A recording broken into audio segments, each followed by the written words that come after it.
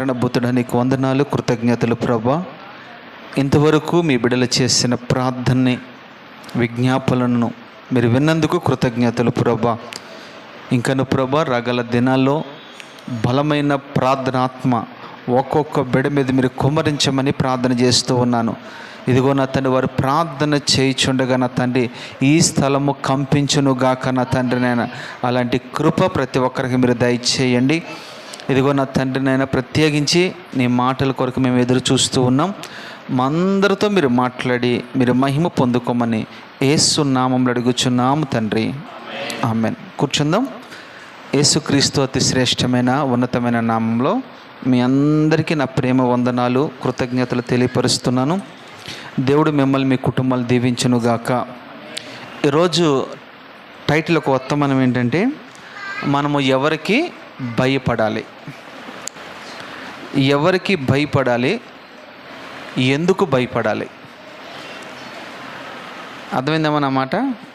ఎవరికి మనము భయపడాలి, ఎందుకు భయపడాలి అంశం మీద ఈరోజు పరిశుద్ధాత్మ మనతో మాట్లాడబోతున్నాడు. వాస్తవానికి భయము అనేది ఎక్కడ ప్రారంభమైందంటే ఏదైనా తోటలో ప్రారంభమైంది. అప్పటి వరకు భయం అనేది లేదు. ప్రభుతో రోజు వారు సహవాసం చేస్తూ ఉండేవారు, వారికి ఏ భయం లేదు. మనిషికి భయం ఎప్పుడు వచ్చింది అని అంటే, పాపం ఎప్పుడైతే మనిషిలోకి వచ్చిందో అప్పటి నుంచి భయము ప్రారంభమైంది. ఆ భయము నేటి వరకు కూడా మనుషుల్ని పట్టి పీడిస్తూ ఉంది. నాకు భయం లేదు అనేవారు ఎవరైనా ఉన్నాడని అంటే ఎవరు లేరనే చెప్పవచ్చు. ప్రతి మనిషి ఏదో ఒక పరిస్థితిని బట్టి భయపడుతూనే ఉన్నాడు, ఏదో ఒక సమస్యను బట్టి భయపడుతూనే ఉన్నాడు. చాలామంది ఎలా బ్రతుకుతామో, రాగల దినాలు ఎలా ఉండబోతుందో, అసలు బ్రతకగలమా లేదా అనే భయం చాలామందిలో ఉంది. రెండోది, ఉద్యోగాలు ఉంటాయా ఊడిపోతాయా అనే భయం కూడా చాలామందికి ఉంది. కుటుంబాన్ని పోషించుకోగలమా లేదా అనే భయం చాలామందికి ఉంది. చాలామందికి ఇంకేం భయాలు ఉన్నాయంటే, పెళ్ళి అయ్యిద్దా లేదా అనే భయం కూడా చాలామందికి ఉంది. తర్వాత పెళ్ళి అయిన తర్వాత గర్భఫలం వస్తుందా లేదనే భయం కూడా ఉంది. తర్వాత పిల్లల కన్నా తర్వాత వారి భవిష్యత్తు గురించిన భయము చెప్పండి ఉంది. చివరికి మన చచ్చే వరకు కూడా మనకు భయము ఉంటూనే ఉంటుంది. ఏదో ఒక భయము మనల్ని వెంటాడుతూనే ఉంటుంది. కొంతమందికి అయితే ఎక్కువ శాతం అప్పుల భయం ఎక్కువ ఉంది, ఉందా లేదా? కొంతమందికి రోగాల భయం ఉంది. వీటన్నిటికీ మనం భయపడుతూనే అవునంటారా కాదంటారా? నేను అంటాను, ఒకవేళ మీరు వీటికి భయపడినంత మాత్రాన అప్పులు తీరిపోతాయా?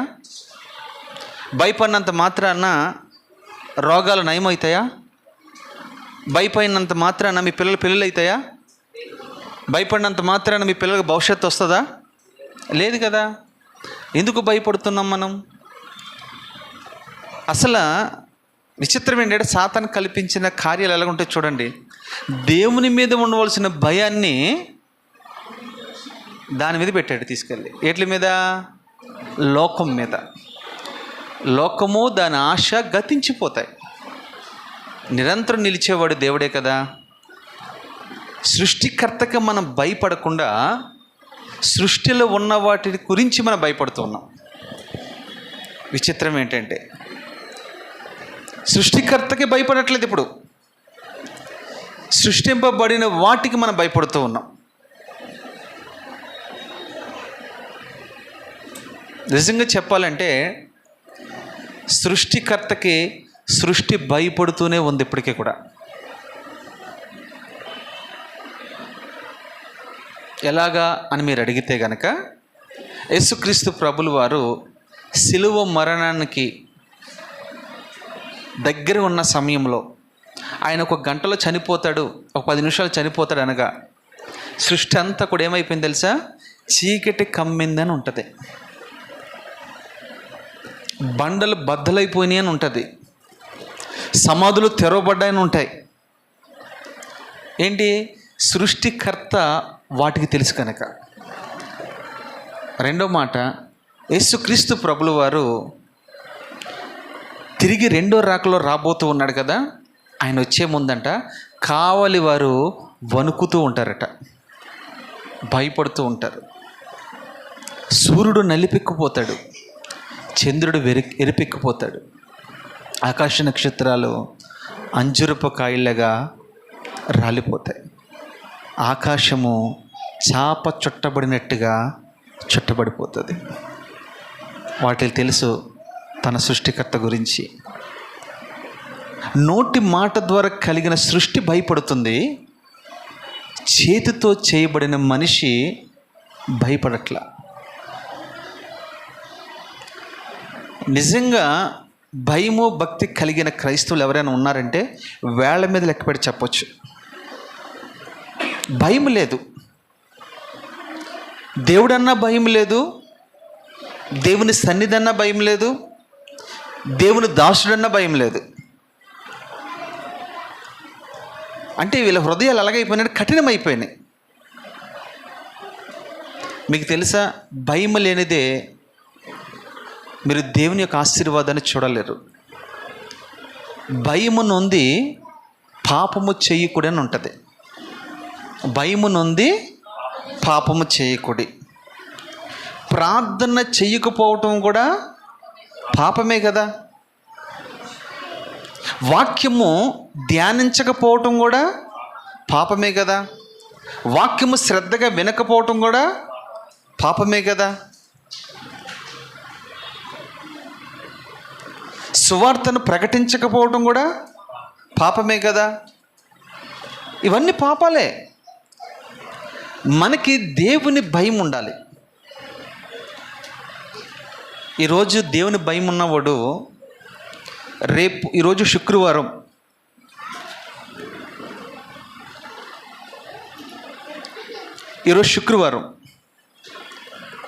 నిజంగా దేవుని భయం ఉన్నవాడు ఏం చేస్తా తెలుసా? పరుగున వస్తాడు. రేపు కాకుండా వెళ్ళిన ఆదివారం, ఆ రోజు ఆదివారం మీకు ఏదో పని పడుతుంది, ఎక్కడికి వెళ్ళవలసి వస్తుంది. అప్పుడు నిజంగా నీలో భయం ఉన్నవాడైతే నువ్వు ఏం చేస్తావు తెలుసా? దేవుని సన్నిధికి వెళ్ళిన తర్వాతనే నేను నా పని చూసుకుంటాను. అది దేవుని భయం అంటే. దేవుని భయం లేనివాడు ఏం చేస్తాడు తెలుసా? ఆదివారం ఎగ్గొట్టి చుట్టాలింటికి వెళ్తాడు, ఆదివారం ఎగ్గొట్టి డ్యూటీకి పోతాడు, ఆదివారం ఎక్కడికి పోతూ ఉంటాడు. ఇక వాడికి దేవుని భయము, దేవుని సన్నిధి లేదు వాడికి. కానీ భయపడినట్టుగా నటిస్తూ ఉంటాడు.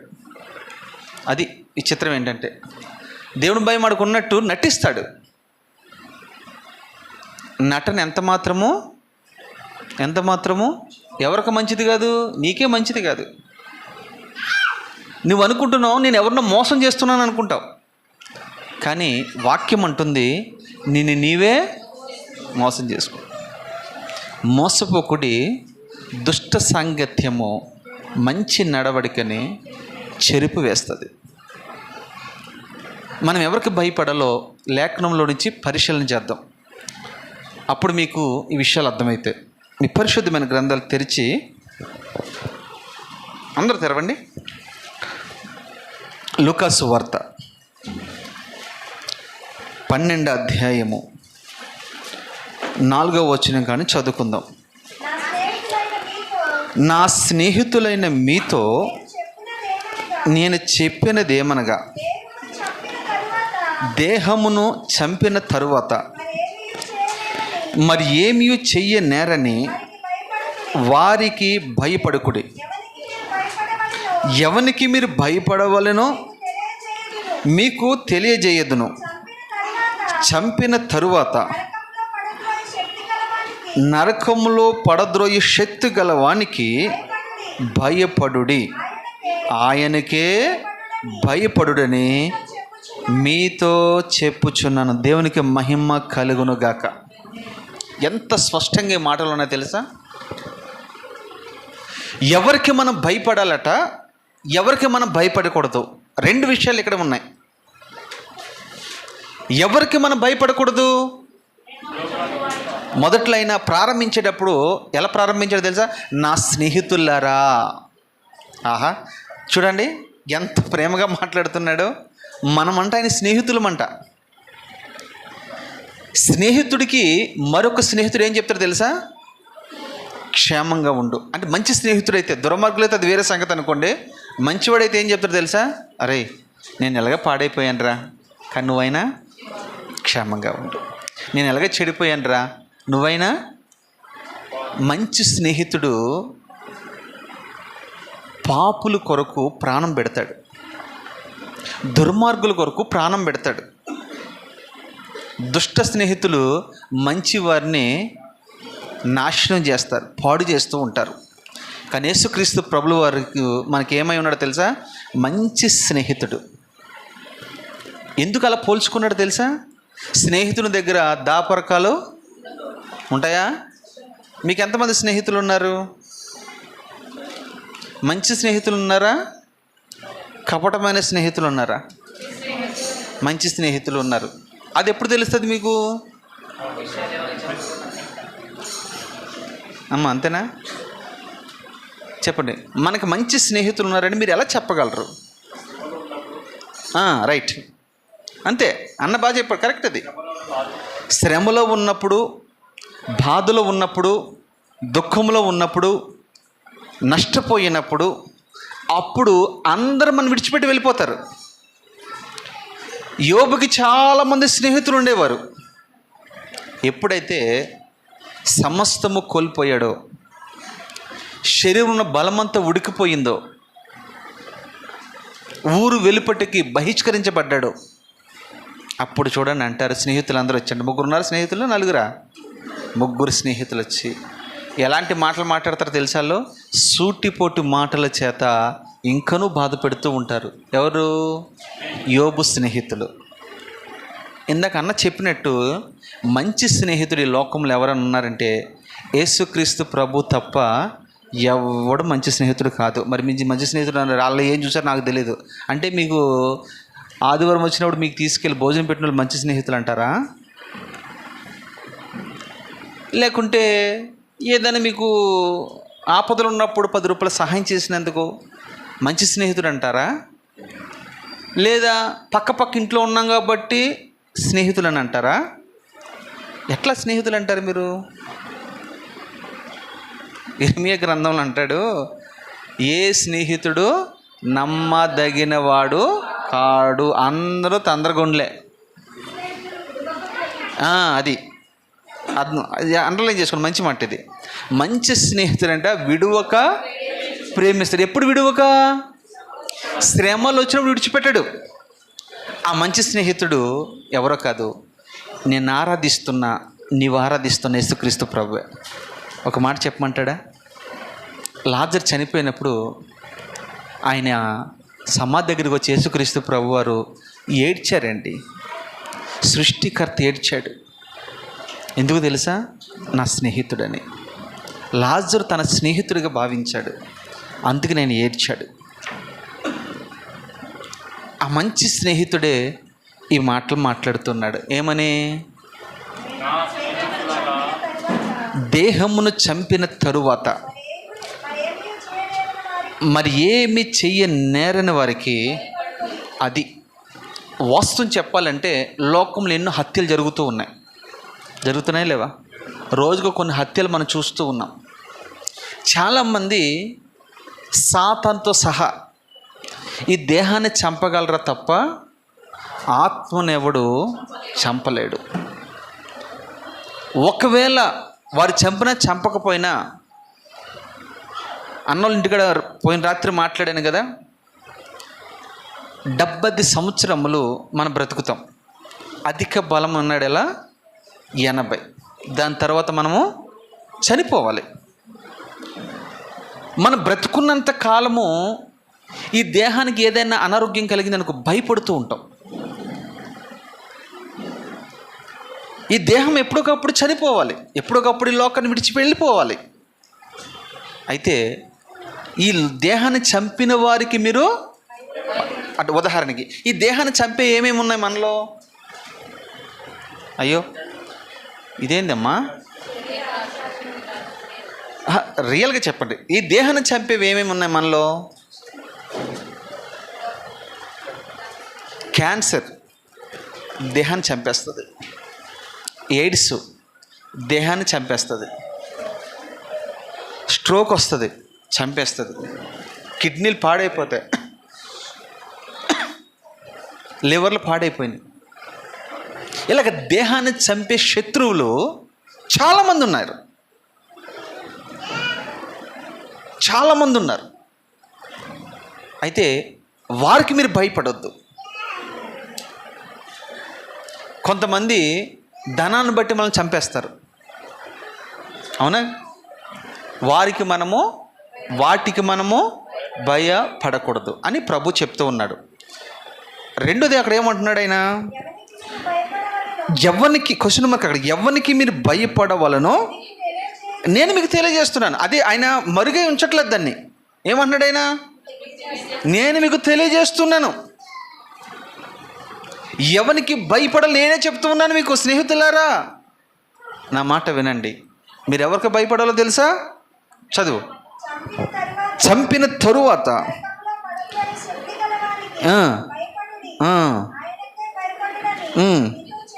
అంటే దీన్ని బట్టి మనం ఎవరికి భయపడాలి మీకు అర్థమైందా? యేసయ్యకే మనము భయపడాలి. ఎందుకు తెలుసా? తీర్పు దినాన్న, తీర్పు అయిపోయిన తర్వాత ఆయనకి అధికారం కలిగిన వాడు కదా. ఇప్పుడు ఏం చేస్తా తెలుసా? మనల్ని నరకానికి పోమంటాడు. కొంతమందిని నరకాన్ని పంపించిన వాడికి మనం భయపడాలి. ఎందుకు నరకానికి వెళ్ళిన వారి గురించి మనం భయపడాలి? అక్కడికి వెళ్ళిన తర్వాత మళ్ళీ తిరిగి వచ్చేది లేదు. ఇంకా యుగ యుగములు నువ్వు అందులోని సావి బ్రతికినా చచ్చినా ఇంక అక్కడే తిరిగి వచ్చే అవకాశం పొరపాటున లేదు. ఒకసారి వెళ్ళొస్తాను విష్టింగ్కి, ఇంటికి వెళ్ళాలంటే కుదరదు. అక్కడికి వెళ్ళిన తర్వాత యుగ యుగములు అంట. చూడండి, అక్కడ అగ్ని ఆరదు, పురుగు చావదు, నిత్యము బగ మండే అగ్ని గంధకాలతో మనం కాల్చబడుతూ ఉంటాం. వానికి భయపడాలి. ఈ ధనవంతుడు ఆయనకి భయపడకుండా జీవించాడు. ఒకరోజు చనిపోయాడు, నరకానికి వెళ్ళిపోయాడు. దాని తర్వాత అక్కడి నుంచి విడిపించమని కేకలు పెడుతూ ఉన్నాడు. నరకానికి పంపించేవాడికి మనం భయపడాలి. మన ఆత్మ నరకానికి అప్పగించేవాడికి మనం భయపడాలి. అంటే యేసుక్రీస్తు ప్రభువు వారికి మనము భయపడాలి.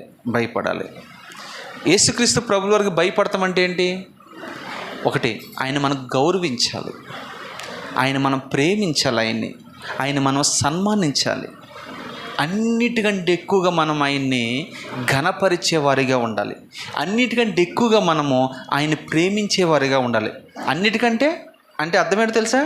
చివరికి నీ గర్భాన్ని పుట్టిన పిల్లల కంటే కూడా ఎవరిని ప్రేమించాలి? మనము దేవుని ప్రేమించాలి. అదే కదా పేతురుని అడుగుతాడు. పేతురు ఏమంటాడు? పేతురు, నీవు నన్ను ప్రేమిస్తూ ఉన్నావా అని అడిగాడు. అప్పుడు పేతురు ఏమన్నాడు? అదేంది ప్రభువా అలా మాట్లాడుతున్నావు? నేను నిజంగా ప్రేమిస్తున్నాను కదా అని అంటాడు. రెండోసారి కూడా అంటాడు, పేతురు నువ్వు నన్ను ప్రేమిస్తున్నావా నిజంగా అని అంటాడు. అదేంటి ప్రభువా నీకే తెలియను కదా అది అని అంటాడు. మూడోసారి అడుగుతాడు, నన్ను ప్రేమిస్తున్నావా పేతురు అంటే ఎందుకు 3 సార్లు అడిగాడు? అమ్మా ఎందుకు అడిగాడు? ఈ పేతురు నిజంగా ప్రేమించేటోడా కాదా ఆయనకు తెలుసా తెలీదా? మనం ఎప్పుడు దేవుని ప్రేమిస్తాం? మనము యథార్థంగా ఒప్పుకుందాం. ఎప్పుడు ప్రేమిస్తాం మనం? అమ్మా అంతా కోల్పోయిన తర్వాత ప్రేమిస్తాం మనం. బలమంతా ఉడిగిపోయిన తర్వాత ప్రేమిస్తాం మనం. ధనమంతా పోయిన తర్వాత ప్రేమిస్తాం మనం. అంతేనా? ఉద్యోగం పోయిన తర్వాత ప్రేమించడం ఎక్కువగా. అప్పుడు ప్రేమించే ప్రేమ మామూలుగా ఉండదు మనకి. ఉద్యోగం ఉన్నప్పుడు ప్రేమించు, డబ్బు ఉన్నప్పుడు ప్రేమించు, ఆరోగ్యం ఉన్నప్పుడు ప్రేమించు. అది కదా నిజమైన ప్రేమ. కానీ మనం ఎప్పుడు ప్రేమిస్తాము? అప్పులు అయిపోయినప్పుడు ఎక్కువ ప్రేమిస్తాం మనం. ఒప్పుకుంటారు లేదు ఈ మాట? ఆరోగ్యం పోయిన తర్వాత ప్రేమిస్తాం, ఆస్తి పోయిన తర్వాత ప్రేమిస్తాం మనం, అన్నీ కోల్పోయిన తర్వాత మనం ప్రేమిస్తాం. అవునంటారా కాదంటారా? ఇది స్వచ్ఛమైన ప్రేమ అంటారా? నిజమైన ప్రేమ అంటారా? యథార్థమైన ప్రేమ అంటారా దీన్ని? అప్పటికీ కూడా నువ్వు స్వార్థం గురించి ప్రేమిస్తున్నావు. నిజముగా మీరు నన్ను ప్రేమిస్తే సమస్తము విడిచిపెట్టి నన్ను వెంబడించండి అన్నాడు. అది సమస్తం అంటే ఏంటో తెలుసా? నిజంగా అన్ని విడిచిపెట్టి మిమ్మల్ని రమ్మనట్లేదు ప్రభు. ఇక్కడ లోకంలో మీరు వేటిని ఎక్కువగా ప్రేమిస్తున్నారో వాటిని విడిచిపెట్టి రమ్మంటున్నాడు.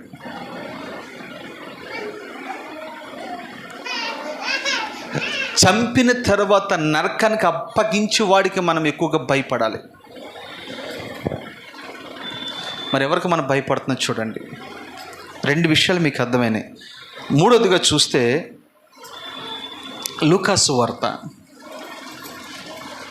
18వ అధ్యాయము 3-4 చదువుకుందాం. ఆమె యొద్దకు ఆమె అతని యొద్దకు తరచుగా వచ్చుచు నా ప్రతివాదిని నాకును న్యాయము తీర్చమని అడుగుతూ వచ్చేనే కానీ అతడు కొంతకాలం ఒప్పుకొనకపోవును. తరువాత అతడు, చూడండి ఆ మాట అనలైజ్ చేసుకో, నేను దేవునికి భయపడకయు మనుషులను లక్ష్య పెట్టకయు ఉండినను గనుక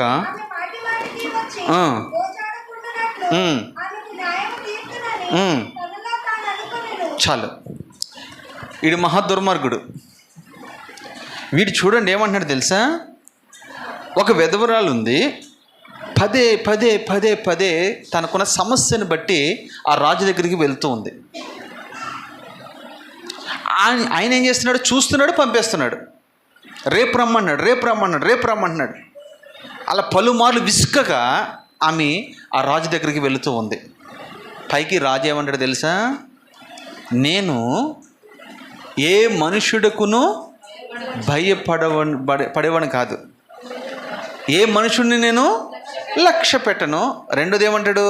దేవునికి భయపడని వాడిని అంటాడు. మనుషులు లక్ష్య పెట్టడట, దేవునికి భయపడ్డంట. వీడి దగ్గర 2 ఉన్నాయి.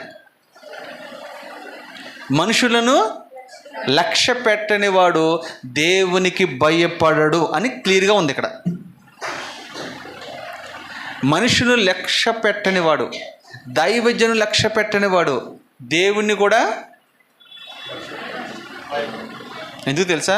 మీ కళ్ళ ముందున్న మమ్మల్ని మీరు ప్రేమించకపోతే, గౌరవించకపోతే, సన్మానించకపోతే కనపడిన ఆయన ఏం సన్మానిస్తారు చెప్పండి? నేను ఎవ్వరికి భయపడను అంటాడు. దేవునికి భయపడిన వాడు భూమి మీద ఎవడైనా ఉన్నాడా? చూడండి, దేవునికి అందరూ భయపడతారు. ఒకవేళ భయపడలేదంటే నేనేమంటాను తెలుసా? వాళ్ళు మూర్ఖులని బైబిల్ అంటుంది. దేవునికి మనం భయపడితే మనం పాపం చేయము. అవునంటారా కాదంటారా? దేవునికి భయపడేవాడు, చూడండి, ఎవడైనా సిగరెట్ తాగుతాడు, మొదటిసారి కాల్చాడు అనుకుందాం, 1-2 సార్లు రహస్యంగా కాలుస్తాడు. అదే పదే పదే కాలుస్తున్నాడు అనుకో, అందరూ చూస్తున్నారు అనుకో, ఏమైపోతాడు? వాళ్ళలో ఉన్న భయము డైరెక్ట్ కాలుస్తాడు. ఇక వచ్చి ఒక పెగ్గ తాగినప్పుడు భయం ఉంటుంది, మగ్గు తాగినప్పుడు భయం పోద్ది ఆటోమేటిక్గా. అవునంటారా కాదంటారా? ఒక్కసారి పాపం చేసిన వారికి భయం ఉంటుంది, అది 2సారి చేసిన వాళ్ళకి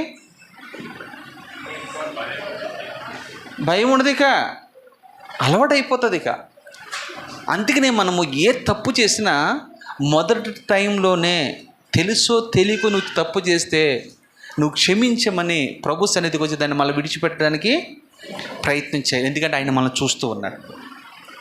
దేశంగానే దేశంలో పాపం చేసే అవకాశము యేసేపుకి వచ్చింది. అయినా యేసేపు అంటే తెలుసా, నన్ను చూచుచున్నవాడు ఒకడు ఇక్కడ ఉన్నాడు. భయపడ్డాడు. ఆ భయము యేసేపుని ఏం చేసిందో తెలుసా, సింహాసనం మీద కూర్చోబెట్టింది. దేవుని భయము ఎవరికి ఉంటుందో వారిని సింహాసనం మీద కూర్చుండబెడుతుంది,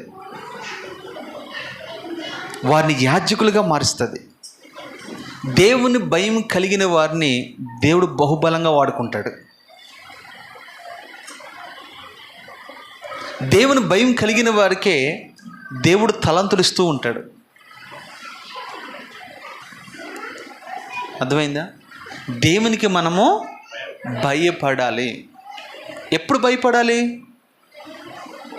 ఎక్కడ భయపడాలి? ఎవరిని చుట్టూతో ఉండరు చూసారా, నువ్వు ఒంటరిగా ఉంటా చూసావా, అప్పుడు భయపడాలి. నీ భర్త ఇంట్లో ఉన్నాడు చూసారా, అప్పుడు భయపడాలి. ఆ భయము నిన్ను ఘనతకి ఎక్కించునుగాక. భయపడాలి మనం. దేవునికి భయపడేవాడు ఎప్పుడు సిగ్గుపడడు, దేనికి భయపడడు. దేవునికి భయపడిన వాడు దేనికి భయపడడు. మళ్ళీ చెప్పండి మాట మీ నోటితో.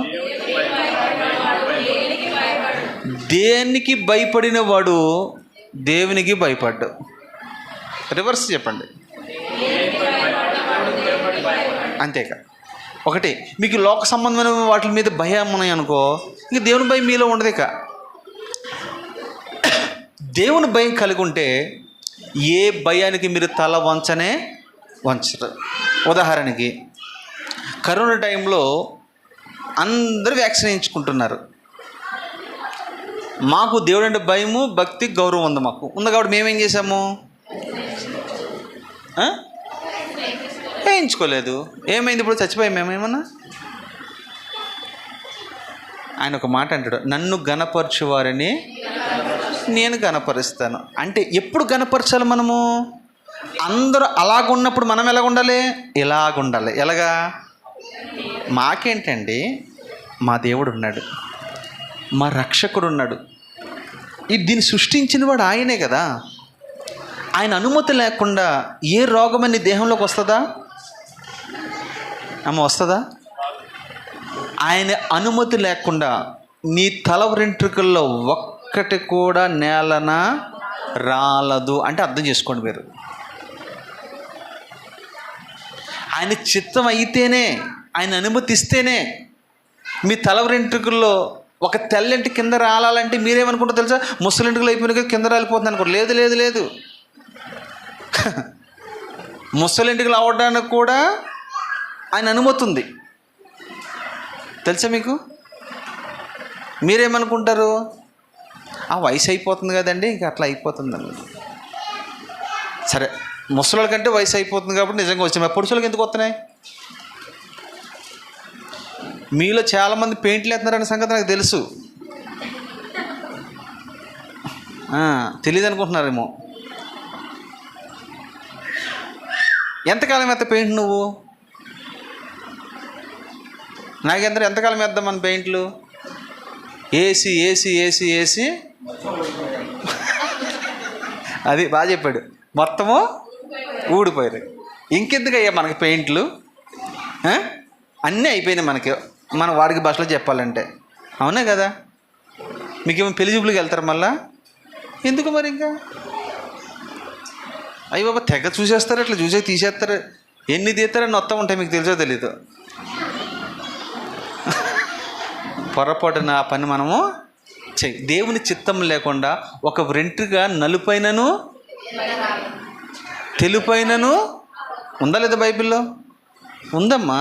ఆయన చిత్తం లేకుండా తల వెంట్రుకలు ఒకటి నలుపైన అవదంట, ఒకటి తెలుపైన అవదట. అంటే మన పట్ల ఎంత కృప చూపుతున్నాడో చూడండి. దేవుని భయము మనకున్నప్పుడు దేనికి నువ్వు భయపడవు. అప్పులయ్యావా? అవని అప్పులు తీర్చేవాడు ఆయన. ఒక తల్లి వచ్చింది, అయ్యా నేను అప్పులు అయిపోయానని అడిగింది. అప్పుడు దైవజనుడు ఏమన్నాడు? నీ ఇంటిలో ఏముందో చూడు అన్నాడు. కొంచెం నూనె ఉందయ్యా అన్నాడు. వెళ్ళి మిగతా ఇంటి చుట్టుపక్కలకి వెళ్ళి అన్ని అప్పు తీసుకురా. ఆ నూనె అప్పులన్నీ తీర్చివేసింది. నూనె అంటే ప్రార్థన జీవితానికి గుర్తుంది. మనం ప్రార్థన చేసేవారు ఉంటే అప్పులు తీరవా? నేనేమంటానంటే మనం అప్పు ఎందుకు చేయాలి? చేసేది అప్పు ఏమో మనము, తీర్చమనేదేమో. ఇది ఎంత విడ్డూరం అండి! ఇది ఎంత చిత్రంగా ఉందో చూడండి మాట.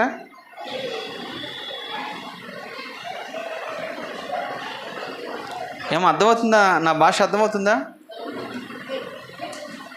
అప్పు చేసేది ఎవరు? అసలు ప్రభువే వచ్చి మీరు అప్పుల గురించి ప్రార్థన చేసినప్పుడు డైరెక్ట్గా ప్రత్యక్షమే, ఏమ్మా నేను నిన్ను అప్పు చేయమన్నానా అని మిమ్మల్ని అడిగాడానికి మీరు ఏం చేస్తారు? అసలు నువ్వు ఎందుకు అప్పు చేసావు?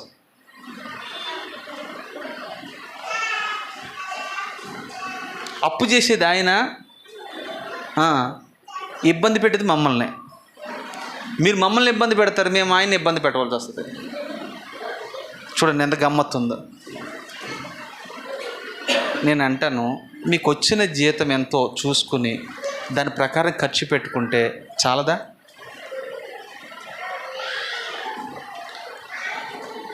ఇది ఒక చిత్రం ఏంటి తెలుసా? మీరు అప్పులు చేసిన తర్వాత అప్పు చేయనంతసేపు మీరు నిజంగా దేవుని సన్నిధిలో చక్కగా గడుపుతూ ఉంటారు. అప్పు చేసిన తర్వాత గడుపుతారా? మహిమ గడుపుతారా అప్పు చేసిన తర్వాత? ఎందుకని? ఇక్కడ మీరు మోకరించి ప్రార్థన చేస్తే ఈలోగా రమేష్ గారు ఫోన్ చేస్తారు. మీరు ప్రార్థనలో ఉంటారు, లోపల రమేష్ గారు లోపల వచ్చి అడ్డాడు, సరే చేసిన సర్వస్వ పక్కన పెట్టు, కానీ ఎప్పుడు వస్తావు ఇంటికి, నువ్వు ఎప్పుడు ఫోన్ ఎత్తుతావు? ఎవరు? రమేష్ గారు వస్తారు. రమేష్ గారు కాసేపు వచ్చి వెళ్ళిపోతారు. తర్వాత సురేష్ గారు వస్తారు. ఇక మా చుట్టూ అలా తిరుగుతారు. కనుక అప్పు చేసేటప్పుడు నీలో భయం ఉండాలి. అవునా? అప్పు తీరుస్తామా లేదా అనే భయం ఎవరికి ఉండాలి? చేసేవాడికి ఎప్పుడైతే అప్పు చేయాలని భయం ఉంటుందో అప్పు చేయడు. భయం లేనివాడు అప్పు చేస్తాడు ఎక్కువ. అవునంటే కాదంటావు అన్న ఉపేంద్ర అన్న? వాస్తవం మాట కానీ కాదా? మీరు విపరీతంగా అప్పులు చేస్తున్నారంటే మీలో భయం లేదు. ఎవరు భయం లేదు? దేవుని భయం లేదు. ఎందుకంటే మీరు అప్పు చేసిన తర్వాత దేవుని నామంగా దూషించబడుతుంది. వాడు వచ్చి ఏమనంటాడు తెలుసా? ఈమె చర్చికి వెళ్తుందంట, ఏమి యేసు ప్రభుని నమ్ముకుందంట, మరి ఏ చర్చికి వెళ్తున్నా ఆయన ఇలాగా బోధిస్తున్నాడా ఏంటి? నిన్ను బట్టి అన్య పుణ్యం ఎరగిన మమ్మల్ని, దేవుణ్ణి ఇద్దరినే విడిచిపెట్టరాళ్ళు. ఈ చిత్రం ఎలాగుంటుందో తెలుసా? కోడలు ఏమనరు, ఎవతకందే నిన్న, ఎవత నేర్పించింది నీకు ఈ బుద్ధులు, ఎవరిని తిడతారు? అది అంతేనా కదా? ఇది కూడా అంతే.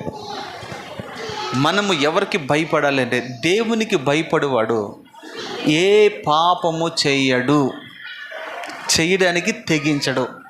భయం లేనివాడే ఆ రీతిగా ప్రవర్తిస్తూ ఉంటాడు.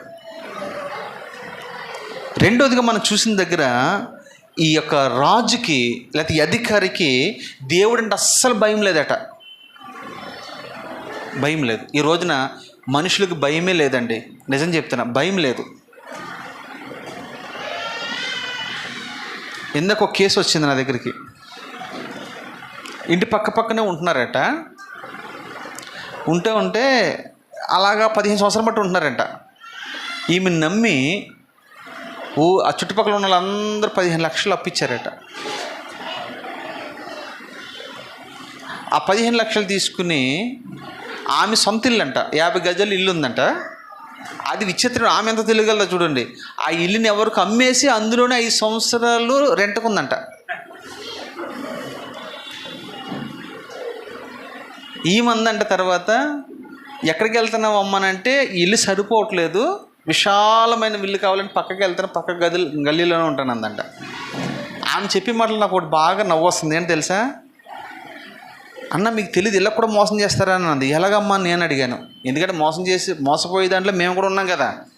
ఎలా మోసపోయామో అడిగితే ఆమె ఏమని తెలుసా, మనల్ని నమ్మించడానికి ముందు వాళ్ళు మనకి డబ్బులు మన దగ్గర దాయమని చెప్తారన్న అని చెప్పింది. అర్థమైందా మీకు? ఆమంట డబ్బులు ఈమె దగ్గర దాస్తూ ఉండదంట. దాస్తూ తీసుకున్న తర్వాత ఇంత డబ్బులు తీసుకున్న తర్వాత వెళ్ళిపోయింది. ఇప్పుడు ఆమె ఏం చేసింది తెలుసా, ఓ ఫోటో పట్టుకు తిరుగుతూ ఉంది. ఈమె ఎక్కడైనా చూసారా?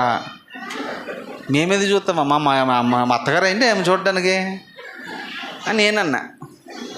చూసారేమోనండి వచ్చావన్నట్టు. మేము చూడలేదమ్మా, నువ్వు ఎక్కడి నుంచి వచ్చావని అన్నాను. ఆమె ఎల్లంబండి నుంచి వచ్చిందంట. ఇలాగ ఉంటుంది. అప్పు తీసుకోవటం వల్ల, అప్పు చేయటం వల్ల దేవుని సన్నిధికి మనము దూరం అయిపోయి, అది నా బాధ. నిజంగా చెప్తున్నాను.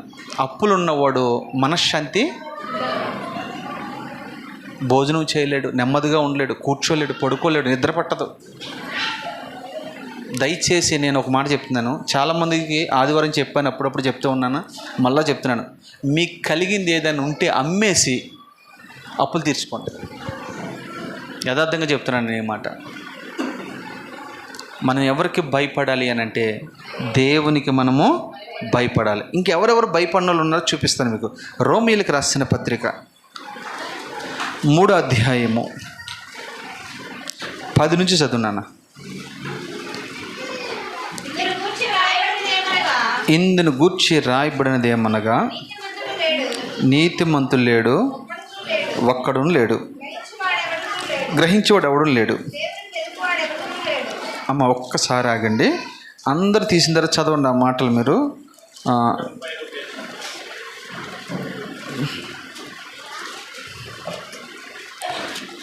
చదువున్నాను ఇప్పుడు. ఇందును గూర్చి రాయబడినది ఏమనగా, నీతిమంతుడు లేడు, ఒక్కడును లేడు, గ్రహించువాడు ఒక్కడును లేడు, దేవుని వెతుకువాడు ఒక్కడు లేడు. అందరూ త్రోవ తప్పి ఏకముగా పనికి మాలిన వారు అయ్యిరి. మేలు చేయవాడు లేడు, ఒక్కడైనా లేడు. వారి గొంతుక తెరిచిన సమాధి తమ నాలుగుతో మోసము చేయుదురు. ఎక్కడుందంట? పెదవుల కింద సర్ప విషం ఉన్నది, వారి నోటి నిండా శపించుటయు పగయు ఉన్నది. ఇలా చూడండి, ఇది ఈ లిస్ట్ అంతా కూడా ఎవరి గురించి అంటే, ఎవరి గురించి ఇదంతా? దేవునికి భయపడిన వారి లిస్ట్ ఇది. ఎవరి లిస్టు? దేవునికి భయపడిన వారి లిస్ట్ ఇది. మళ్ళా చదివితే ఒక్కొక్కటిగా నేను వివరిస్తాను, చదువునన్న మళ్ళా. ఇందును గూర్చి రాయబడినది ఏమనగా, నీతిమంతుడు లేడు. నెంబర్ 1, నీతిమంతుడు లేడు, ఒక్కడును లేడు. ఎందుకు పనికి మాలిన అయిపోయారు వీళ్ళు? దేవుని భయం లేక. దేవుని భయం లేక వాళ్ళందరూ అనీతిమంతులుగా బ్రతుకుతూ ఉన్నారు. నీతిమంతుడు ఎప్పుడు తప్పు చెయ్యడు, పాపము చెయ్యడు. అవునా కదా? యేసేపు ఎవరు? నీతిమంతుడా కాదా? ఏమైనా తప్పు చేశాడా? చెయ్యడు. నీతిమంతుడు ఎప్పుడు తప్పు చెయ్యడు. నీతిమంతులు అంటే ఒక్కడును లేడు. రెండవది, గ్రహించువాడు ఒక్కడు లేడు. ఏం గ్రహించలేకపోతున్నారు? ఏం గ్రహించలేకపోతున్నారు తెలుసా? దేవుని వాక్యంను గ్రహించలేకపోతూ ఉన్నారు. మనం ఇక్కడికి రోజు ప్రతి ఆదివారం వాక్యం వింటాము, ప్రతి శుక్రవారం వింటాము, ఒక రోజున ఉపవాస కూడికలు వింటాము. ఇక ఇది సరిపోక చాలామంది టీవీలో కూడా వింటారు, యూట్యూబ్లో కూడా వింటారు. అంటే వినటం మాత్రమే వింటున్నారు, దాన్ని గ్రహించరు, ఆచరణలో పెట్టరు. అవునంటారా కాదంటారా? అంటే ఇక్కడ ఏం జరుగుతుందంటే, ఇక్కడ మళ్ళీ ఏమంటున్నాడు? ఏం గ్రహించాలి మనము? దేవుని వాక్యం. ఇప్పుడు నేను చాలా స్పష్టంగా కొన్ని విషయాలు చెప్పాను మీకు. దాన్ని మీరు ఏం చేయాలి? వెంటనే గ్రహించాలి. ఓకే, ఈరోజు దైవజనుడి ద్వారా దేవుడు మాట్లాడాడు. మనం ఎందుకు అప్పులు చేయాలి, మనం ఎందుకు పాపం చేయాలి, మనం ఎందుకు దేవునికి భయపడట్లేదు, దేవుని సన్నిధి ఎందుకు రావట్లేదు అని భయం మనలో ఉండాలి. అది వెంటనే సరి చేసుకున్నాం అనుకో, అప్పుడు నువ్వేమవుతావు? గ్రహించిదాని అవుతావు. అవునా? ఇప్పుడు నేను ఒక లెసన్ చెప్పాను మీకు. ఇప్పుడు దీన్ని మీరు గ్రహించారనుకోండి, దాన్ని నెక్స్ట్ టైం మీరు ఏం చేస్తారు? దాన్ని సరి చేసుకుంటూ, అదే సరి చేసుకుంటూ ఉంటారు. వాక్యం నేను చెప్తూ ఉన్నాను, దాన్ని విని విడిచిపెట్టకూడదు, దాన్ని ఆచరణలో పెట్టాలి, గ్రహించుకోవాలి, సరి చేసుకోవాలి. అది సరి చేసుకుంటున్నామా లేదా? నేను అంటాను సరి చేసుకోవట్లేదని చెప్పొచ్చు. ఎందుకంటే నిజంగా ఇన్ని వాక్యాలు వినబడుతున్నాయి కదా, సరి చేసుకున్న వాళ్ళైతే ఎప్పుడో మనం ఏమైపోతాం? అభివృద్ధిలోకి వచ్చేస్తాం. మనం అభివృద్ధిలోకి వచ్చేస్తాం, ఫలభరితంగా మార్చబడతాం. గ్రహించేవాడు ఒక్కడును లేడు. అంటే దేవుని సంఘంలో ఏం జరుగుతుందంటే ఈరోజు వాక్యాన్ని ఎవడు వినట్లా, చూస్తాకి వెళ్తున్నారు. మీకు అర్థమైందా? దేవుని మందిరానికి ఎందుకు వెళ్తున్నారంటే చూడడానికి. ఏం చూడడానికి? సేవకులు చూడడానికి వెళ్తారు, మందిరం చూడడానికి వెళ్తారు. ఈ మధ్యన ఎక్కడో పెద్ద మందిరం కట్టారంటే, రైట్, వరంగల్ వెళ్ళారన్నా మీరు? అన్న వెళ్ళాడు. కట్టక ముందు వెళ్ళి, కట్టిన తర్వాత వెళ్ళా. కొంతమంది మెదక్కపోతున్నారు, కొంతమంది అక్కడికో పోతున్నారు. నేను అంటాను, ఆ మందిరంలో దేవుడు ఉన్నాడు అంటారా? ఏమో ఉన్నారంటారా? దేవుడు ఎక్కడ ఉంటాడు అమ్మా? అప్పుడే హృదయం వరకు ఎందుకు లేమ్మా, అసలు ఎక్కడ ఉంటాడు మామూలుగా? ఆయన ఎక్కడుంటాడని చెప్పుడు, అది చెప్పను పోనీ. ఇద్దరు లేదా ముగ్గురు కూడి ఉన్న స్థలంలో ఆయన ఉంటానని చెప్పాడు. ఇది చెప్పమంటున్నాను మిమ్మల్ని. ఇప్పుడు అర్థమైంది మీకు? ఆయన ఎక్కడ ఉంటాడు? ఇప్పుడు ఉదాహరణకి ఈ చర్చ అయిపోయిన తర్వాత నాగేంద్రుల భార్య పిల్లలు ఇద్దరిని కూర్చోబెట్టుకుని ప్రార్థన చేస్తున్నారు. వీళ్ళు ఎప్పుడైతే సిద్ధపడి ప్రార్థన చేసుకుంటూ ఉంటారో అక్కడ పరిశుద్ధాత్మ దేవుడు నన్ను వాళ్ళ ఇంటికి వెళ్తున్నాడు. ఎవరింటికి? వాళ్ళ ఇంటికి వెళ్ళిపోయి వాళ్ళ మధ్యలో ఆయన కూడా ఏకీపిస్తాడు. వీరి విన్నపాలన్నీ వింటాడు ఆయన. విని ఆయన ఏం చేస్తాడు తెలుసా? ఆయన చెప్తాడు తీసుకెళ్ళి ఎవరికి? యేసయ్యకి. ఎక్కడైతే ఇద్దరు ముగ్గురు కూడి ఉంటారో అదే దేవుని మందిరము. అందుకనే మన కుటుంబ ప్రార్థన చేసుకుంటే దేవుడు మీతో ఎప్పటికీ ఉంటాడు. మరి ఇద్దరున్న వాళ్ళ పరిస్థితి ఇబ్బంది లేదు, ఆయన కూడా అక్కడే ఉంటాడు. మరి ఒకడుంటే మీలో ఒంటరైన వాడు. మనం ఎందుకు ఒంటరి అవుతాము? మనలో ఎవరున్నారు ఇప్పుడు? పరిశుద్ధాత్మదేవుడు. ఇప్పుడు ఎంతమంది అయ్యారు? ఇద్దరు అయ్యారు. ఇంకేంది? అవునా కదా? ఎంత స్పష్టంగా వాక్యం ఉందో చూడండి. అది ఆ స్థలంలో దేవుడు ఉంటాడు. అంతేగాని పెద్ద పెద్ద మందిరాల్లో అయినా ఉంటాడు. చిన్న హృదయంలో స్వచ్ఛమైన మనసుతో విరిగి నలిగిన హృదయంతో మన ప్రార్థన చేసినప్పుడు మన మధ్యన దేవుడు ఉండునుగాక. రెండు విషయాలు మీకు అర్థం. మూడవదిగా చూసారా, దేవుని వెతుకువాడెవడు లేడు. ఎందుకు లేరు? అందరూ త్రోవ తప్పి ఉన్నారు. ఇంకా ఆయన ఎందుకు వెతుకుతారు చెప్పండి? చాలామంది దేవుని వెతకట్లా.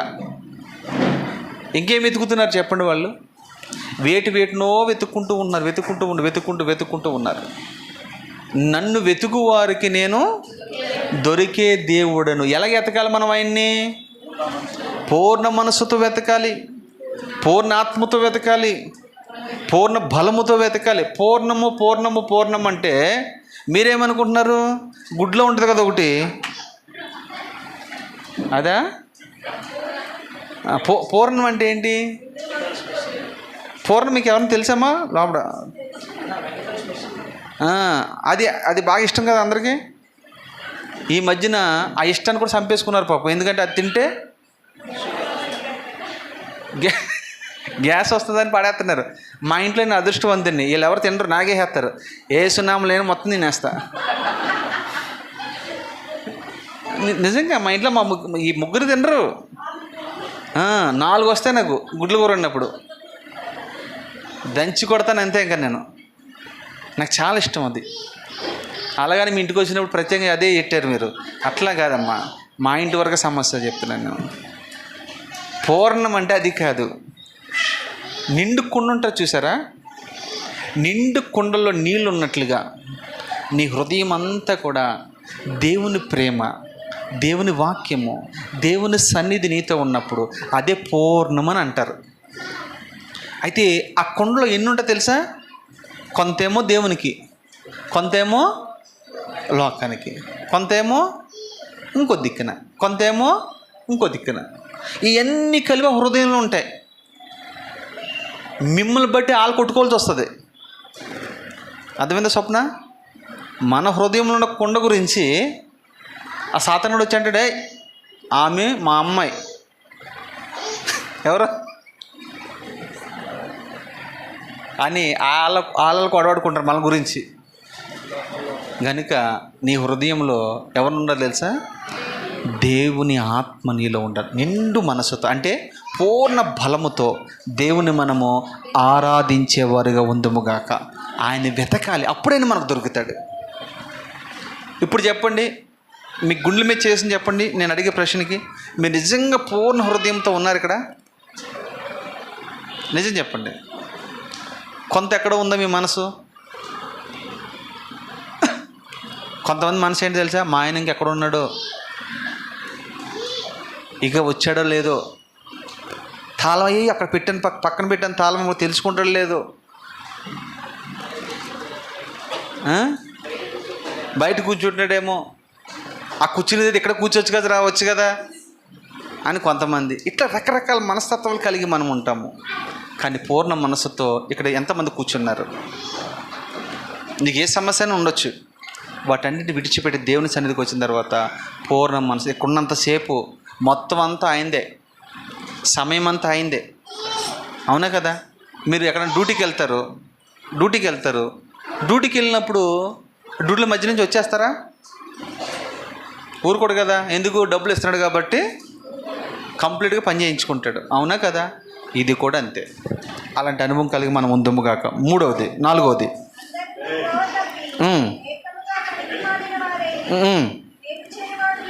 మేలు చేయువాడు లేడు, ఒక్కడు లేడు. 4వది మేలు చేయువాడు లేరు. కానీ ప్రభు గురించి ఒక ఆయన ఇలా పాట పాడాడు. ఏమని తెలుసా? మేలు చేయక నీవు ఉండలేవయ్యా, ఆరాధించకు. మళ్ళీ పడండి. మేలు చేయక నీవు,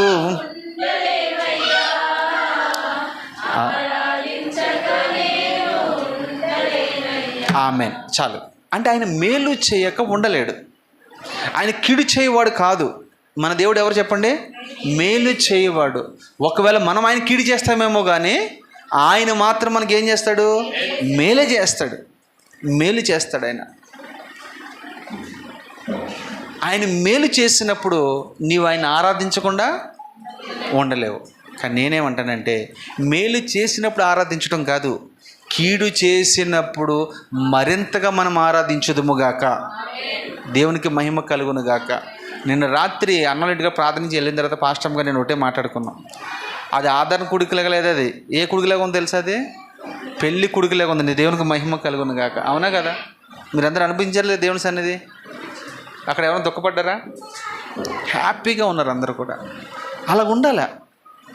ఎందుకంటే ఆ తల్లిని మనం ఎక్కడ పంపించాం? మనము ఇప్పుడు మీ పిల్లల్ని అమెరికా పంపించారంటే మీరు ఎడుతారా? అమెరికా వెళ్తున్నారు అని ఎడుతారా? ఏం చేస్తారు మీరు? స్వప్నాలు పిల్లలు అమెరికా పంపించింది అనుకో, ఏం చేద్దా చెప్పు? రూపాయి ఖర్చు లేకుండా ప్రపంచమంతా అల్లరి చేసేద్ది. రూపాయి ఖర్చు లేకుండా. ఎందుకని? మా పిల్లలు అమెరికాలో ఉన్నారు.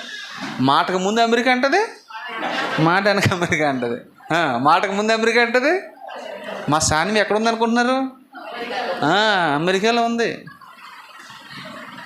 అని సంతోషపడుతుందా లేదా? దుబాయ్ వెళ్ళిన కూడా సంతోషపడుతున్నారు ఈ మధ్యన. ఈమె దుబాయ్ ఎందుకు వెళ్తుందో తెలుసా మీకు?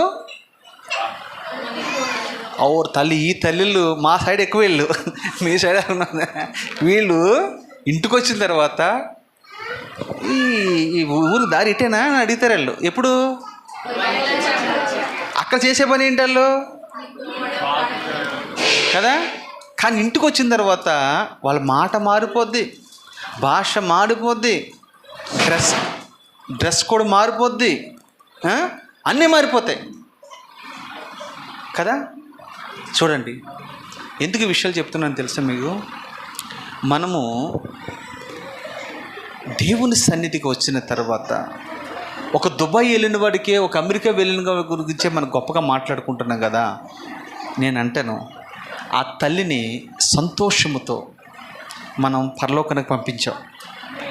బైబిల్లో రాయబడిన మాట, ఒక పాపి మారు మనసు పొందే రక్షణ పొందితే, నిజమైన మారు మనసు ఏంటో తెలుసా?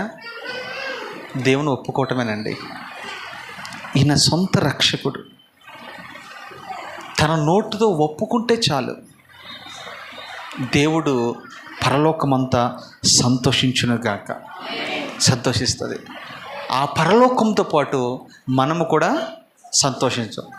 ఎవరో కానీ ఒక వర్గం వారు, వాళ్ళు ఎవరు నాకు క్లారిటీగా తెలియదు, కానీ వాళ్ళు చనిపోయే ముందు చాలా సంబరంగా పంపిస్తారు, నవ్వుతూ పంపిస్తారట. ఎవరో తెలుసా మీకు?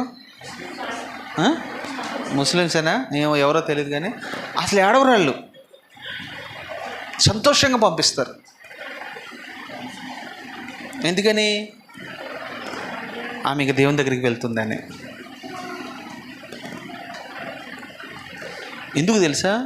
మనం చనిపోయే ముందు మనము చూడండి, మహిమతో మనం ముగించుకుని వెళ్ళిపోతున్నాం. మనం ఆ మహిమ దేవుని దగ్గరికి మనం వెళ్తూ ఉన్నాం. నిజంగా మనం సంతోషించాలి. నీలో భయం ఉందంటే నేనేమంటాను తెలుసా? నీలో భక్తి లేదని అర్థం. నీలో భయం ఉందంటే నీలో చూడండి దేవుని గూర్చిన భయం ఉందని అర్థం. ఎందుకు ఈ విషయాలు చెప్తున్నాను తెలుసా? దేవుని భయం కలిగి మనం ఉందము కాక. తర్వాత మాట త్వరగా చదవమ్మా.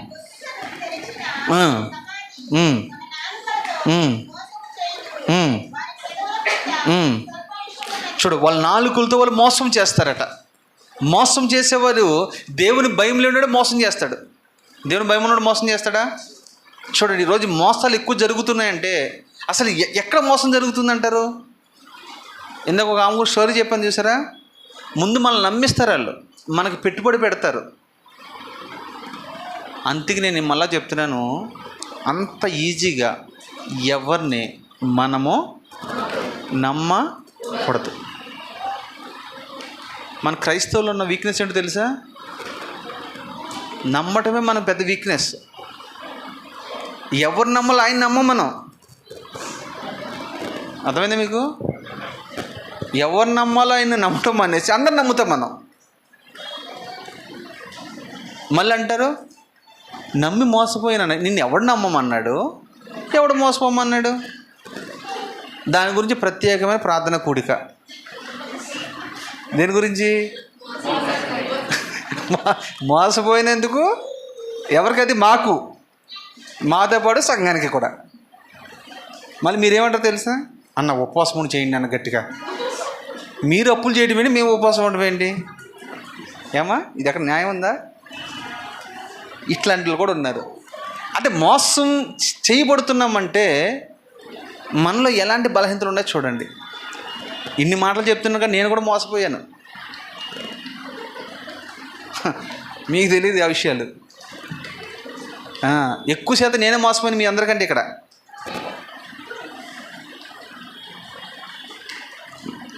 వాడు నా దగ్గర 5 లక్షలు మోసం చేశాడు నన్ను. మాకేం కొనిచ్చాడు తెలుసా మీకు? ఎప్పటికీ మీరు రండి మా ఇంటికి, ఇంత ప్లేట్లు ఉంటాయి. అప్పటికి పెళ్ళైన కొత్త, మాకు పెద్ద తెలీదు, జ్ఞానం తెలీదు, ఏమీ తెలీదు. వాడు ఏం చేయడు తెలుసా? రోజు మా ఇంటికి వచ్చేవాడు, చక్కగా కూర్చునేవాడు. చక్కగా తినేవాడు. ఆ ప్లేట్లు కొనుక్కోవడం కూడా తెలియదు మాకు. ఏ ప్లేట్లు? నిజం చెప్తాను నాగేంద్ర, నేను తినే ప్లేట్లు తెలియదు. వాడు అంటాడు నేను కొనిస్తాను రండి మీకు అంటాడు. ఆ డబ్బులు కాదు, మా డబ్బులే. ఇంత ప్లేట్ అయ్యే ఇప్పుడు దేవుని కృపను బట్టి వాడు పుణ్యం అంటే అయ్యే గుర్తుగా ఉన్నాయి. ఇప్పుడు మా దగ్గర 5 లక్షలకి 4 ప్లేట్లు. మీరు ఎప్పుడైనా మా ఇంటికి తాటలో మీకు భోజనం పెడతామో అప్పుడు మీకు గుర్తు పెట్టుకోండి. అవి పగలగొట్టినా పగులుతలేదు, నెత్తులు పగలగొట్టుకున్నాం ఒకసారి, అయినా కానీ అవి పగలవు, అంత స్ట్రాంగ్గా ఉన్నాయి. ఎందుకు ఈ విషయం చెప్తాను తెలుసా? మనల్ని ఎవరు మోసం చేస్తారు తెలుసా? మనం నమ్మిన వారే మనల్ని ప్రేమించిన వారే, మనకు దగ్గరగా వచ్చిన వారే చెప్పండి మోసం. బయట ఎవడో వచ్చి మోసం చేయడు. ఇది రాసి పెట్టుకోండి మీరు. బయట వచ్చి ఎవడో, ఎందుకంటే మన ప్రతి అణువు తెలిసిన వాడే ఫస్ట్ వాడు వస్తాడండి, అన్నీ గమనిస్తాడు. అవునా? ఒక ఇంట్లో దొంగతనం జరిగిందంటే ఊరిన రాత్రి వచ్చి దొంగతనం చేసాడాడు. ఏమ్మా ఉషా, అంతే కదమ్మా? ఒక రాత్రి చేసేస్తాడా? ఏం చేస్తాడాడు? 4-5 రోజులు బట్టి, వారం రోజులు బట్టి, 10 రోజులు బట్టి అంతా గమనిస్తాడు. మనం ఎప్పుడు వస్తున్నామో, ఎప్పుడు వెళ్తున్నామో, ఎప్పుడు ఉంటామో, ఎప్పుడు ఉండమో చెప్పండి. అన్నీ గమనించిన తర్వాత మా ఇంట్లో ఏదైనా జరగవచ్చు. దొంగతనం ఏముంది, ఏదైనా జరగవచ్చు. అందుకనే ఎవరిని కూడా మనం నమ్మడానికి లేదు. అందుకని మోసాలు ఎక్కువ జరుగుతున్నాయి. అందుకనే మోసపోకుడి, దేవుడు ఏ సహవాసం కలిగి మనం ఉండాలి తెలుసా? మంచి సహవాసం కలిగి మనం ఉందముగాక. అమ్మ మళ్ళీ చెప్తున్నాను, చర్చిలో ఉన్న వాళ్ళందరికీ, ఇక్కడ ఎలాంటి వ్యాపారాలు, ఎవరితో ఎలాంటి వ్యాపారాలు, మళ్ళీ చెప్పండి, ఎలాంటి ఎవరితోనూ చేయకూడదు. ఇక్కడికి వచ్చిన తర్వాత మీకు ఎవరి మీద పడాలో మీకు తెలియక మీరేం చేస్తారు? ఇక్కడే చిట్టీల వ్యాపారం స్టార్ట్ చేస్తారు. ఎక్కడ? చర్చిలో. ఈజీగా అయిపోద్ది ఇక్కడ. చిట్టి యజమానురాలు ఎవరంటే ఎవరు? అత్తవాళ్ళ వెంకట ఎందుకులే, ఇప్పుడు ఇంకోలు పెడదాం. ఎవరని తెలుసా?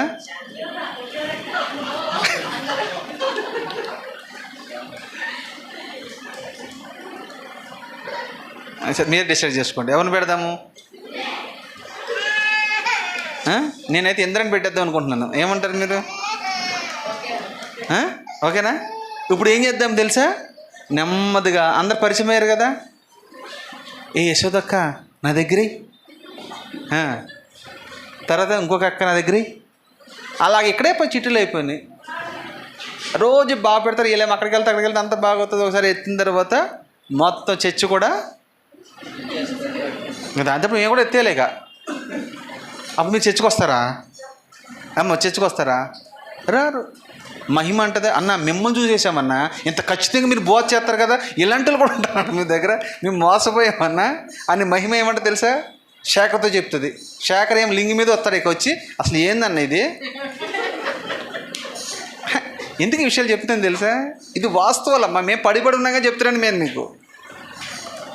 మన చర్చిలో వ్యాపారం చేయాలని చాలామంది ప్రయత్నాలు చేస్తూ ఉన్నారు. నేను పేర్లు చెప్పను కానీ దయచేసి అలాంటి మనకి మీరు ప్రోత్సహించకండి, మీరు చిక్కుపడకుండదు అని చెప్తూ ఉన్నాను నేను. అది మంచిది కాదు. ఆత్మీయ అంటే ఆత్మీయ జీవితం అంతే, చర్చ్ అంటే చర్చే. దీనికి మించి వేరేది ఏమి ఇందులోకి రాకూడదు, లోకం ఇందులోకి రాకూడదు, అంతే. ఇది దేవుడు నాకు ఇచ్చిన దర్శనము, ప్రత్యక్షత. నేను ఎప్పుడు కూడా ఇక్కడ ఎలాంటి వ్యాపారాలు చేయడానికి ఇష్టపడను, చెయ్యనివ్వను కూడా. అలా ఏమైనా అనుకోని. అంతే. ప్రభు ఏమంటే తెలుసా? దేవుని మందిరానికి విష్ చేయడానికి వెళ్తాడు ఒకసారి. అక్కడ ఏం జరుగుతుంది? అక్కడ ఉందా లేదా బైబిల్లో? వ్యాపారం జరుగుతుంది అక్కడ. ఆ వ్యాపారం చేస్తే ఆయన ఏం చేయాలి? కోపం వచ్చి అవన్నీ పడదేశాడు. అంటే ఆ మాట కొన్ని అర్థమైంది తెలుసా? అక్కడ వస్తువులు చూపించాడు కానీ ఆత్మీయంగా మనల్ని పడగొడతాడు. ఆయన మనల్ని పడగొడతాడు. మంచి స్థితిలో మనం ఉంటామా, మనల్ని పడగొడతాడు, అంతే. పడగొట్టువాడు ఆయనే, అది గుర్తుపెట్టుకోండి. పడగొట్టువాడైనే, నిలబెట్టువాడు, సింహాసనం ఎక్కించేవాడైనే, దించేవాడైనే, ఏదైనా చేయటకైనా సమర్థుడు. చూడండి, ఈజీగా మోసం చేసే ప్రక్రియ. రెండోది, మన నాలుకల కింద ఏముందంట? విశ్వ సర్పం ఉంది, విశ్వం ఉంది. చాలామంది విశ్వము మాటల ద్వారా జల్లుతూ ఉంటారు. తస్మాత్ జాగ్రత్త. వీళ్ళందరూ ఎవరంటే, ఈ పట్టికలో ఉన్న వాళ్ళందరూ కూడా దేవునికి భయపడని వారు. అందరినీ మీరు అండర్లైన్ చేసుకోండి. ఈ కేటగిరీస్ ఉన్న వాళ్ళందరూ అదే పరిస్థితికి చెందినవారు. మరొక మాట చదువుకుందాం. కీర్తన గ్రంథము 36:1. ముగిస్తాను ఈ మాటతో.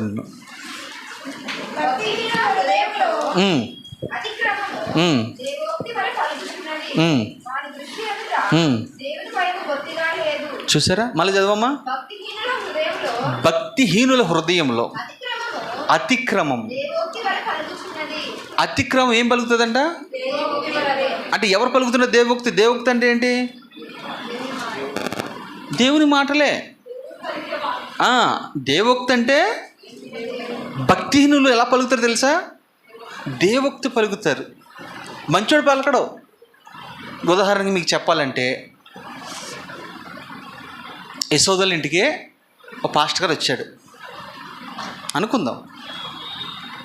వచ్చిన తర్వాత ఆ పాస్టర్ గారు మాలాగుండదు భాష అయింది. ఆయన భాష ఎలాగుంటుంది? ప్రజల సిస్టర్ బేస్ వాయిస్తో మాట్లాడతాడు. అప్పుడు యశోద, అయ్యారు ఎప్పుడు వచ్చారు?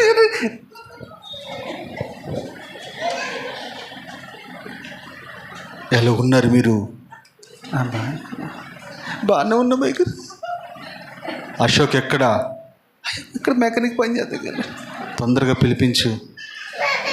అది ప్రతిదీ కూడా ఆయన అలాగే మాట్లాడతాడు. అలా మాట్లాడేటప్పటికి ఈ మునుకుపోతే వచ్చిన కూడా వణికిస్తుంది. వణికించి వీళ్ళందరూ ఏం చేస్తారంటే, ఇంట్లో కూర్చో చాపేయమంటాడు, చాపేస్తారు. మొదలెడతాడు. ఇక మా ప్రార్థనలు వేరు, ఆయన ప్రార్థనలు వేరు. బేస్ ప్రార్థన అది. ఏ ప్రార్థన? బేస్ ప్రార్థన. ఆయన పాటల్లో కూడా గట్టిగా మాట్లాడతాడు. మాట్లాడే ఒక మాట మధ్యలో అంటాడు, యశోదా బీరువాల నుంచి 10,000 తీసుకురా నువ్వు, ఇదే యెహోవా.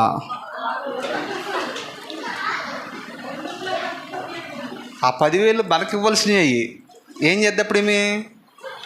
అమ్మో దేవుడు పంపించిన ప్రవక్త అనుకుంటా అని అటిచ్చేద్ది. భక్తిహీనులు దేవోక్తి పలుకెదరు అంటే ఇదే. మీ ఇంటికి ఎవరిని రానియొద్దు. మళ్ళీ చెప్తున్నాను నేను. వాళ్ళ ఇంటింటికి తిరిగాడనంటే వాడు భక్తిహీనుడని అర్థం. అన్నోళ్ళు నిన్న వాళ్ళ ఇంటికి అది ఒక మాట అన్నారు, అన్న అప్పుడప్పుడు రండి అన్న మా ఇంటికి అన్నారు. మంచి ఆలోచనతో పిలిచారు వాళ్ళు. వాళ్ళకి నేను నిజంగా వందనాలు చెప్తున్నాను. అయితే మాకున్న సమర్పణ ఏంటి తెలుసా? ఎవరు అవసరత లేకుండా మేము పొరపాటున వాళ్ళ ఇంటికి వెళ్ళము. ఎందుకంటే మేము వారికి భారముగా ఉండకూడదని. ఎవరైనా పిలిస్తే తప్ప మేము వెళ్ళాం. ఒకవేళ వెళ్ళినా వాళ్ళ పరిస్థితిని బట్టి మేము వెనక్కి వచ్చేస్తూ ఉంటాం. చాలామంది చాలా రకాలుగా నాకు ప్రయత్నం చేస్తారు. ఎందుకు తెలిసి మాట చెప్తున్నాను? ఒక సమర్పణ కలిగిన దైవజనుడిగా మేము పని చేయాలని ప్రయత్నం చేస్తూ ఉంటాం. పదే వెళ్తే మనల్ని బట్టి విసుక్కుంటారని వాక్యంలో ఉందా లేదా? మేము వస్తాం మీ ఇంటికి, మీరు ప్రేమతో చేర్చుకుంటారు. ఒకసారి చేర్చుకుంటారు, 2 సార్లు చేర్చుకుంటారు, 3వ సారి దేవునికి మహిమ. నిజం చెప్పింది ఆమె. చెప్పకుండా సార్ గట్టిగా అంతే. విసుక్కుంటారు అంటే మమ్మల్నే విసుక్కున్నారంటే మీ పని ఏంటి? అంతే. ఇది కూడా బాగా, ఇది కూడా బాగుంది అని మీ దగ్గర మంచి విషయాలు ఉన్నాయి. పైకి కనపడరు కానీ మీరు యశోద మంచి మాట మాట్లాడింది ఏమంటారు? విసుక్కుంటారు. విసుకగా ప్రార్థన చేయండి అనేది వేరు, కానీ ఈమెమంటుంది? విసుక్కుంటుంది. ఎబెనెజర్ ఏమన్నాడు, దీనికి మసాలా వేసి తలుపేసేస్తారు అంతే. ఎందుకు తెలుసా, మీరు ఏమనుకుందా, అన్న అక్క వచ్చారంటే అక్క ఒకసారి ఎక్కడ కానీ చెప్పింది ఎవరి విషయంలో కానీ, ఎవరో చెప్పారంటే ఆమెకు కూడా, మనం ఎవరింటికన్నా వెళ్తే బియ్యానికి వెళ్ళినట్టు ఉంటుందని అండి, ఆమె ఎవరింటికి వెళ్తలేదు. మీ సేవకులు అలాంటి వాళ్ళు కాదు, నిజం చెప్తున్నాను నేను. దేవుడు మాకు ఇచ్చిన దర్శనం గొప్పది. ఆ పనిని పట్టుకుని మేము ముందుకు వెళ్తున్నాం. డబ్బును బట్టి సేవ చేసే మనుషులు అంతకంటే కాదు. మీరు ఇచ్చిన ప్రతి పైసా ప్రభు ఎదుట నేను లెక్క ఒప్ప చెప్పుతానని ప్రభుపేట మీకు మనం చేస్తూ ఉన్నాను. తెలుసా మీకు, మీరు ఇచ్చిన ప్రతి పైసా పరలోకంలో ఉంటుంది. ఈరోజు కూడా నేను డబ్బు ముట్టుకోవాలంటే భయపడుతూ ఉంటాను. ఎందుకు విషయాలు చెప్తున్నాను తెలుసా, ఒక సమర్పణతో మేము ఉన్నాము, మీరు కూడా అదే సమర్పణతో పని చేయాలి. దేవునికి మనము భయపడే వారిగా ఉండాలి. మూలవాక్యం బాగా తెలుసు కదా, ఎవరికి మనం భయపడాలి?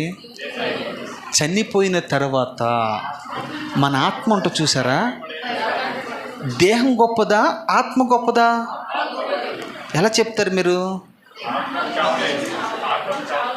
అది దేహానికి చావుంది. వాక్యం చెప్పు, నేనైనా చనిపోతాను ఒక రోజుని, కానీ ఆత్మకు చావు లేదు. ప్రసంగిలో ఉంటుంది, మన్ను అయినది వెనకట్టుకి తిరిగి మన్నైపోవును కదా.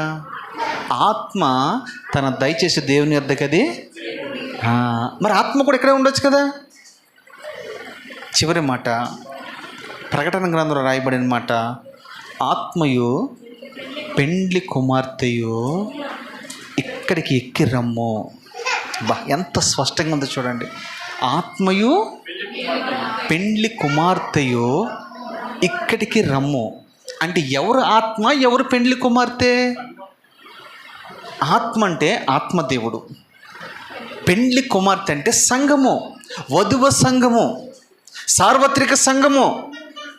ఏ సంఘం అయితే సిద్ధపడి ఉంటుందో ఆ సంఘాన్ని ప్రభు పరిశుద్ధాత్మ దేవుడు మధ్యాకాశానికి పెండ్లి కుమారుని వద్దకి తీసుకుని వెళతాడు అని అర్థం. ఉదాహరణకి మీకు చెప్పడానికి, అర్థం అవడానికి, అబ్రహాముకి పెండింటికి వచ్చిన ఒక కుమారుడు ఉన్నాడు, ఆయన పేరు ఇస్సాకు. ఆ ఇంటిలో పని చేస్తున్న నమ్మకస్తుడు ఒక ఆయన ఉన్నాడు, ఆయన పేరు ఎలియాజరు. ఎలియాజర్ని పిలిచి యజమానుడు అంటాడు, అయ్యా నా కుమారుకి పెండ్లీడు వచ్చింది, నువ్వు వెళ్ళి పెండ్లి కుమార్తెని తీసుకురావా అని అన్నాడు. ఆ మాటకి ఎలియాజరు 10 ఒంటెల మీద పెండ్లి కుమార్తెని వెతుక్కుంటూ వెళ్ళాడు. ఎవరైతే సిద్ధపడి ఉన్నదో ప్రార్థనాపూర్వకంగా కనుక్కుని రెబ్కాని పెండ్లి కుమార్తెగా సెలెక్ట్ చేసి ఆమెని తీసుకుని వస్తూ ఉన్నాడు.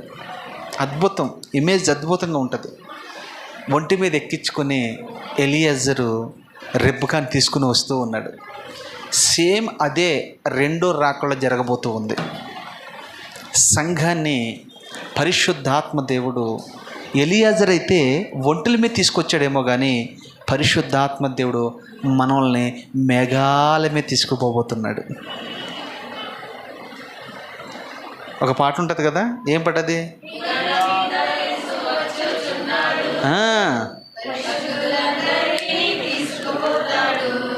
చూసారా ఎంత అర్థం ఉందో చూసారా పాటలో? పరిశుద్ధులందరినీ పాపులందరినీ విడిచిపెట్టేతాడు. నేను అంటాను, ముగిస్తున్నానమ్మా, మనం ఏ గుంపులో ఉన్నాం? పరిశుద్ధుల గుంపులో ఉన్నామా, పాపుల గుంపులో ఉన్నామా? ఎత్తబడే గుంపులో ఉన్నామా, విడిచిపెట్టే గుంపులో ఉన్నామా? సిద్ధపడే గుంపులో ఉన్నామా, టైంపాస్ చేసే గుంపులో ఉన్నామా? ఏ గుంపులో ఉన్నాం? వాడ సిద్ధమైపోతూ ఉంది. ఏ వాడ? రక్షణ వాడ సిద్ధమైపోతూ ఉంది. ఎంతమంది మేలుకుంటున్నారో, ఎంతమందికి దాని గురించి ఆలోచన ఉందో వారు మాత్రం పరుగు వాళ్లకు వెళ్ళిపోతారు. సిద్ధపడని వాడు, ఆ అవగాహన లేనివాడు పనులు చేసుకుంటూనే ఉంటాడు. ఆ మాట ఒకటి చెప్పి ముగిస్తాను. నోవా ఓడ సిద్ధం చేస్తున్నప్పుడు సువార్త ప్రకటిస్తూ ఉన్నాడు. అక్కడ రాయబడిన మాట ఏంటి తెలుసా? ఆయన మాట లెక్క చేయకుండానంట, ఏ మాత్రం కూడా పట్టించుకోకుండా వాళ్ళంట పెండ్లి చేసుకునుచు, పెండ్లికి ఇవ్వబడుతూ, ఇండ్లు కట్టుకొనుచు, తినుచు, త్రాగుచు, సుఖిస్తూ ఉన్నారట. స్పష్టంగా ఉందన్నమాట. ఈ రోజున లోకంలో అదే జరుగుతుంది. అక్కడ ఓడ సిద్ధమైపోతుంది.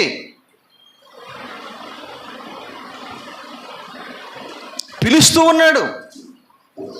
పరిశుద్ధాత్మ దేవుడు ప్రపంచ దేశాల్లో దైవజనులు నిలబెట్టి గొప్పగా చెప్తూ ఉన్నాడు, రండి, రక్షణ నేడే దినం, గతించిపోతుంది ఈ లోకం అన్నా కానీ ఎవరికి ఇటువంటి పట్టింపు లేదు. నేను ఆ ప్రియ ఆలోచన మనసారి నేను కోరుకుంటున్నాను, మన సంఘంలో ఒక్కరు కూడా విడవబడకుండానుగాక. మీరందరూ మీ కుటుంబాలతో పరలోకంలో యుగయుగములు గడుపుదురుగాక. అలా మీరు ఉండాలంటే మీ భర్తలను కూడా తీసుకురండి, పురుకొల్పండి. అయ్యా మన దేవుని సన్నిధికి వెళ్దారా, పోతే పోనీ, చర్చికి వెళ్ళిన తర్వాత చేసుకో, ఎవడో వద్దంటలేదు కదా, చర్చ అయిపోయిన తర్వాత చేసుకో అని మీరేం చేయాలి తెలుసు, మీ భర్తలనే ప్రోత్సహించండి, పురుకొల్పండి. మీ కుటుంబం అంతా పరలోకంలో ఉండునుగాక. ప్రార్థన చేసుకుందాం.